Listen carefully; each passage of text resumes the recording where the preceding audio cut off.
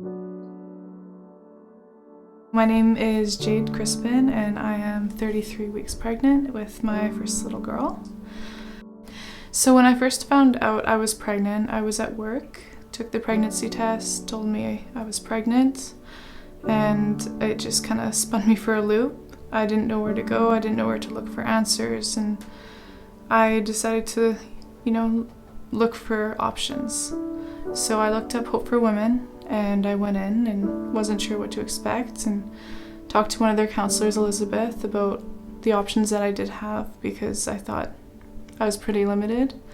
I thought abortion was my only option, and I felt like I was the only one going through this, that I was a horrible person for getting pregnant, and that my relationship was going to fall through, that my parents were disappointed with me, that my life was over. That was it. And that was what I thought if I had kept it. Talking to Elizabeth, she laid everything out for me and kind of let me know that there was more than just one option. I knew deep down inside after talking to Elizabeth, I didn't want an abortion, even though my whole life I thought I would. And I remember always thinking that if I got an abortion early in my pregnancy, it wouldn't matter because I didn't consider them a baby. And then Elizabeth pulled out a chart showing me the stages that babies go through in development. And by the time I had already gone to see Elizabeth at the Hope for Women Center, my baby had a heartbeat.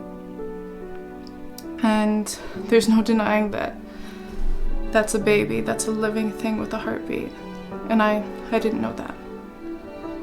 After talking with Elizabeth at Hope for Women, I decided to keep the baby. And I'd have to say keeping the baby has been the best decision I could have made. And I know for a fact if I wouldn't have gone to Hope for Women, I wouldn't have made the same decision because I wasn't informed on pregnancy and what I wanted inside. But after keeping her, it's been the best 8 months of my life so far.